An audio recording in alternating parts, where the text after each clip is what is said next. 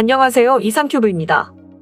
일본의 F-15J 업그레이드 비용이 당초의 3배에 달해 일본이 미국에게 F-15J 업그레이드 비용의 감액을 요구했다고 일본의 지지통신은 보도했습니다.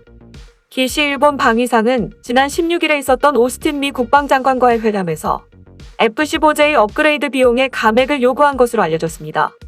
일본 방위성은 항공자위대가 운용 중인 F-15J의 업그레이드 작업을 2022년부터 시작할 예정이며 일본은 업그레이드 작업에 필요한 초기 비용을 800억엔으로 잡아왔으나 미국 측은 2,400억엔에 가까운 금액을 제시해 정부 간 협상이 필요하다고 판단했고 기시 방위상은 지난 16일에 있었던 회담에서 오스틴 미 국방장관에게 F-15J 업그레이드 비용 감액을 요구했다는 것입니다.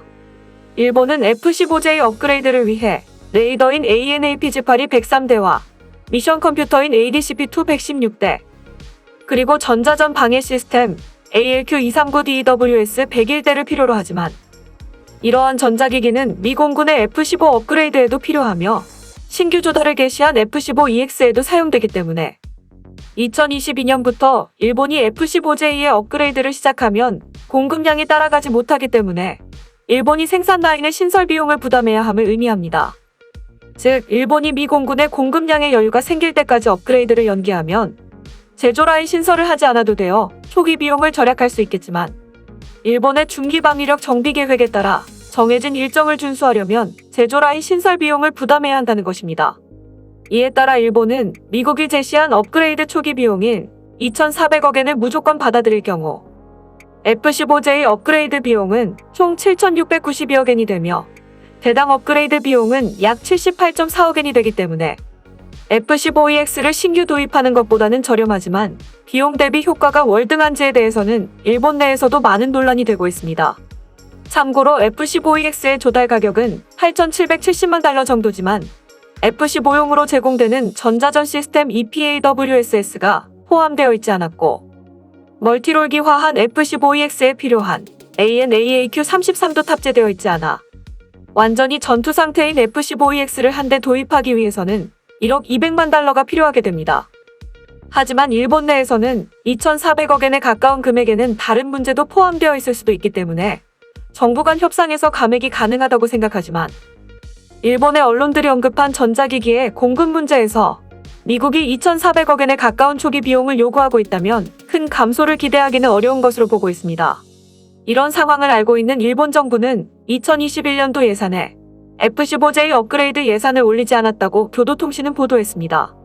일본의 F-15J 업그레이드에 대하여 좀 더 알아보면 일본의 항공자위대는 운용 중인 F-15J에 탑재된 레이더와 항공 전자기기를 교체해 성능을 향상시킬 예정으로 미쓰비시 중공업은 보잉과 작년 7월에 계약을 체결하고 내년부터 F-15J의 업그레이드를 실시할 예정이었습니다. 따라서 보잉은 F-15J의 업그레이드에 필요한 도면과 지상 지원 장치, 그리고 기술 자료 등의 일체를 미쓰비시 중공업에 넘겨주었습니다. 일본은 총 98대의 F-15J를 업그레이드할 예정이며 중기 방위력 정비 계획에 따라 5년간 20대의 F-15J를 업그레이드할 예정으로 2019년도 예산에는 2대분의 업그레이드 비용으로 108억엔이 예산에 올라갔지만 나머지 18대의 업그레이드 비용은 2년 연속으로 예산에 반영되지 않았습니다.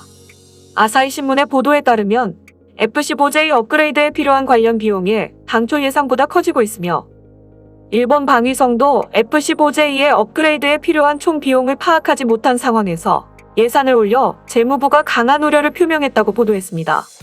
이어서 아사히 신문은 육상 배치형 유격 미사일 시스템인 이지스 어쇼어와 함께 일본 국방성의 견적이 허술한 것이 아니냐고 지적했습니다.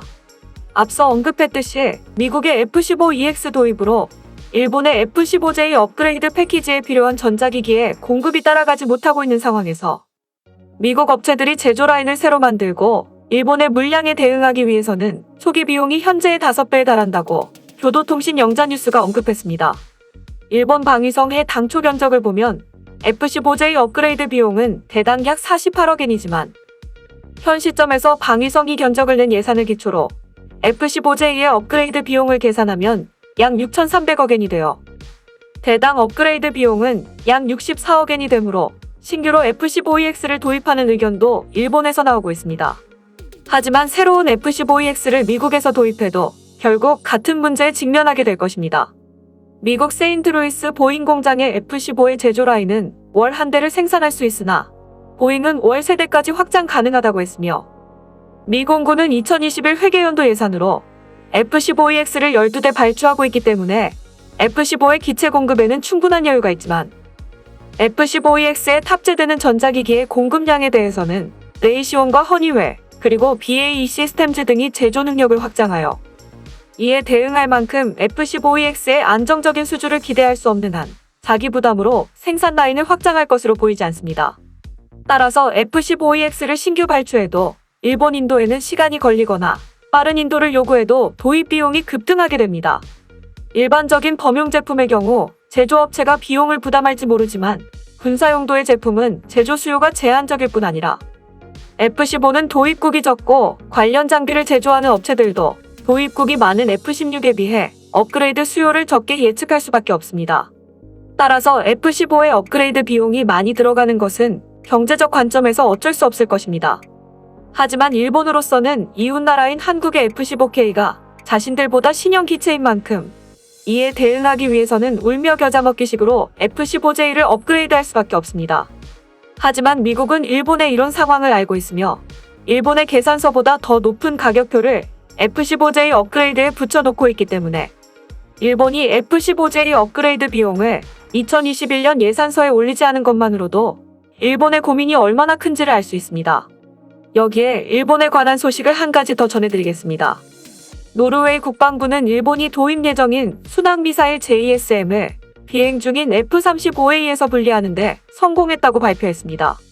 노르웨이의 콩스베르그사가 개발하고 있는 JSM 순항미사일은 F-35의 웨폰베이에 탑재 가능한 유일한 순항미사일로 이 미사일은 해상 함정에 대한 공격뿐만 아니라 지상 목표에도 사용될 수 있습니다.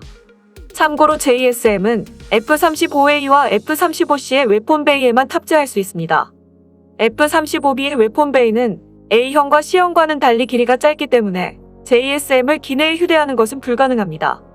일본은 콩스베르그사와 150억엔에 가까운 계약을 체결했으며 지금까지의 보도를 종합하면 올해 4월부터 내년도 3월까지 JSM이 일본에 인도될 예정입니다.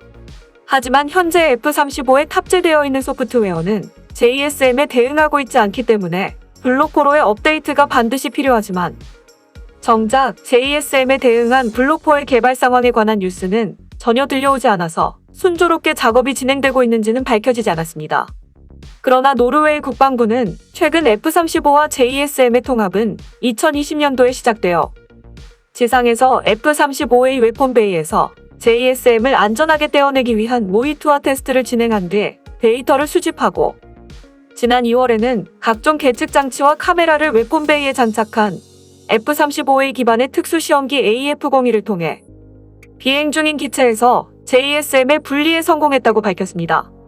이는 비행 중에 F-35A에서 JSM을 시험 발사하는 데 성공했다는 의미가 아니라 비행 중인 F-35A에서 JSM을 분리하는 데 성공했을 뿐이므로 통합 작업이 완료된 것은 아니지만 노르웨이 언론이 밝힌 기사를 보면 블록4의 통합 작업 자체는 순조롭게 진행되고 있는 것으로 보입니다. 덧붙여서 F-35A의 블록4의 소프트웨어 업그레이드는 올해 4월과 10월에 진행될 예정이므로 올해 10월이나 내년 4월 정도에 JSM 통합에 관련된 데이터가 도착하지 않으면 일본이 인도받은 JSM이 공중에 뜨게 되므로 일본으로서는 F-35와 JSM 통합에 방심할 수 있는 수준은 아닙니다.